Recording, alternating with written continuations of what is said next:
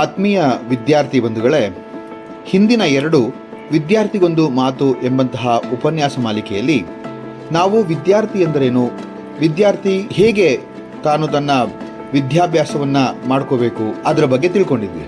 ಈ ಉಪನ್ಯಾಸ ಮಾಲಿಕೆಯಲ್ಲಿ ವಿದ್ಯಾರ್ಥಿಯ ಗುಣಲಕ್ಷಣಗಳ ಬಗ್ಗೆ ಸ್ವಲ್ಪ ವಿಚಾರ ಮಾಡೋಣ.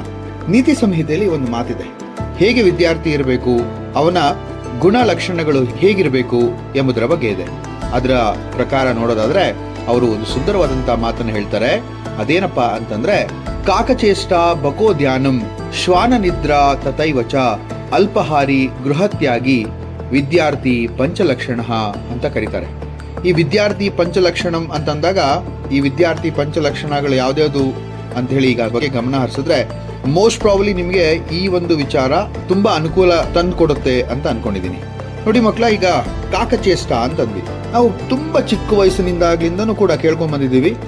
ಕಾಗೆ ಮತ್ತು ಆ ಒಂದು ಕಲ್ಲು ಮತ್ತೆ ಅದರಲ್ಲಿ ಇರ್ತಕ್ಕಂಥ ಸ್ವಲ್ಪ ನೀರು, ಆ ಹೂಜಿಯಲ್ಲಿ ಇರ್ತಕ್ಕಂಥ ಸ್ವಲ್ಪ ನೀರು, ಹೇಗೆ ಕಾಗೆ ಶ್ರಮ ಪಟ್ಟು ಆ ಒಂದಾದ ನಂತರ ಒಂದು ಕಲ್ಲನ್ನ ಒಂದು ಹೂಜಿಯೊಳಗೆ ಹಾಕಿ ನೀರನ್ನ ಮೇಲೆ ಬರೆಸಿ ನೀರು ಕುಡಿದು ತನ್ನ ಬಾಯಾರಿಕೆಯನ್ನ ಈಡೇರಿಸ್ಕೊಳ್ಳುತ್ತೋ, ತನ್ನ ತೃಷೆಯನ್ನ ಈಡೇರಿಸ್ಕೊಳ್ಳುತ್ತೋ, ಹಾಗೆ ವಿದ್ಯಾರ್ಥಿಯಾದವನು ಪದೇ ಪದೇ ಮೇಲಿಂದ ಮೇಲೆ ಪರಿಶ್ರಮವನ್ನ ಮಾಡ್ತಾ ತನಗೆ ಬೇಕಾದದ್ದನ್ನ, ಅಂದ್ರೆ ಬೇಕಾದಂತಹ ಜ್ಞಾನವನ್ನ ಪಡ್ಕೊಳ್ಳೋ ಒಂದು ಮನಸ್ಸಿನವನು ಆಗಿರಬೇಕು ಅಂತ ಹೇಳಿ.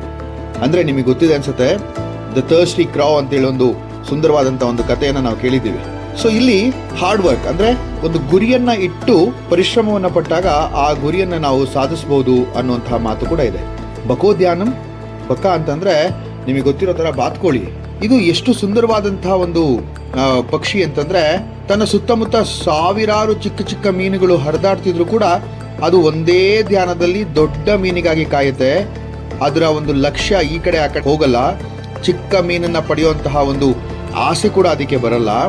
ಅದು ದೊಡ್ಡ ಮೀನಿಗೆ ಕಾದು ಏಕಾಗ್ರನಾಗಿ ಆ ದೊಡ್ಡ ಮೀನನ್ನ ಹಿಡಿದು ತನ್ನ ಹಸಿವನ್ನ ನೀಗಿಸ್ಕೊಳ್ಳುತ್ತೆ. ಹೀಗೆ ವಿದ್ಯಾರ್ಥಿಗಳಾದವರು ಕೂಡ ಚಿಕ್ಕ ಪುಟ್ಟ ಆಸೆಗಳನ್ನ, ಚಿಕ್ಕ ಪುಟ್ಟ ಈ ಆಮಿಷಗಳನ್ನ ತಮ್ಮದಾಗಿಸ್ಕೊಳ್ಳದಲ್ಲೇ ತಾವು ದೊಡ್ಡ ಒಂದು ಗುರಿಯತ್ತ ಸಾಗಬೇಕು ಅಂತ ಅನ್ಕೋಬೇಕಾಗತ್ತೆ. ಆ ದೊಡ್ಡ ಗುರಿ ಏನು ಅಂತ ಹೇಳಿ ನೀವು ಮೊದಲೇ ಅದನ್ನ ನಿರ್ಧಾರ ಮಾಡಿದ್ರೆ ಬಹಳ ಒಳ್ಳೇದು ಕೂಡ ಹೌದು. ಶ್ವಾನ ನಿದ್ರಾ ಅಂತ ಹೇಳಿದೆ. ಶ್ವಾನ ಅಂದ್ರೆ ನಾಯಿ. ಈ ನಾಯಿ ತುಂಬಾ ಗಾಢವಾಗಿ ಮಲಗೋದು ಅತೀ ವಿರಳ. ಯಾರಾದ್ರೂ ತಕ್ಷಣ ಈ ಕಡೆ ಆ ಕಡೆ ಒಂಚೂರು ಸಪ್ಪಳ ಕೇಳಿದ್ರು ಕೂಡ ಸಾಕು, ಅದು ತಕ್ಷಣ ಎದ್ದು ಕೂತ್ಬಿಡುತ್ತೆ. ಆ ತರ ವಿದ್ಯಾರ್ಥಿ ಕೂಡ ಜಾಗರೂಕನಾಗಿರ್ಬೇಕು. ಅತಿಯಾದಂತಹ ನಿದ್ದೆ, ನಾನಾಗ್ಲೇ ಹೇಳಿದಾಗೆ ಹಿಂದಿನ ಒಂದು ಉಪನ್ಯಾಸ ಮಾಲಿಕೆಯಲ್ಲಿ ಹೇಳಿದ್ದೆ, ವಿದ್ಯಾರ್ಥಿನಾಂನ ಸುಖಂನ ನಿದ್ರಾ ಅಂತ ಹೇಳಿ.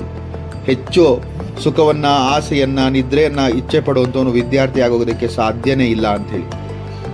ಅದು ಹೇಗಿರಬೇಕು ವಿದ್ಯಾರ್ಥಿಗೆ ನಿದ್ರೆ ಅಂತಂದ್ರೆ ಶ್ವಾನ ನಿದ್ರೆ ಆಗಿರ್ಬೇಕು. ಅಂದ್ರೆ ಜಾಸ್ತಿ ಮಲಗೋದು, ಜಾಸ್ತಿ ಆಲಸ್ಯ ಅವನ್ನ ಮೈಗೂಡಿಸ್ಕೊಳ್ಳೋದು ಈ ವಿದ್ಯಾರ್ಥಿಯ ಜೀವನವನ್ನ ಹಾಳು ಮಾಡುತ್ತೆ ಅಂತ ಹೇಳೋದಿದೆ. ಅಲ್ಪಾಹಾರಿ, ಮಿತವ್ಯಯವಾಗಿ ತಿನ್ಬೇಕು.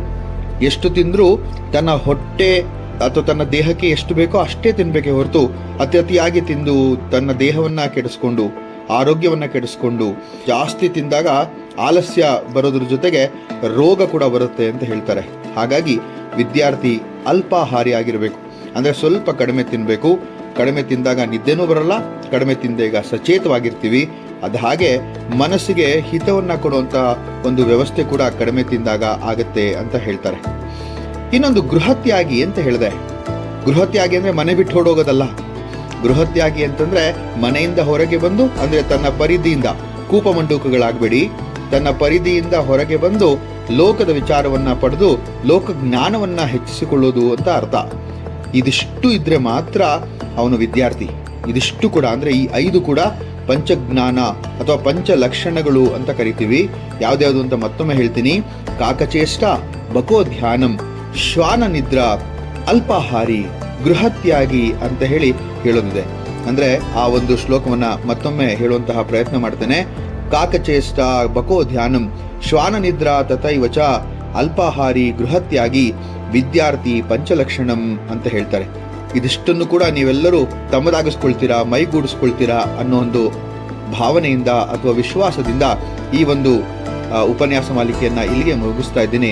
ಮತ್ತೊಂದು ಉಪನ್ಯಾಸ ಮಾಲಿಕೆಯಲ್ಲಿ ಪರೀಕ್ಷೆಯ ದಿನ ಹೇಗೆ ನಾವು ತಯಾರಾಗಬೇಕು ಅನ್ನುವಂಥ ವಿಚಾರವನ್ನ ಕೂಡ ಹೇಳುವಂತಹ ಪ್ರಯತ್ನವನ್ನು ಮಾಡ್ತಾನೆ. ನಿಮಗೆಲ್ಲರಿಗೂ ಒಳ್ಳೆಯದಾಗಲಿ.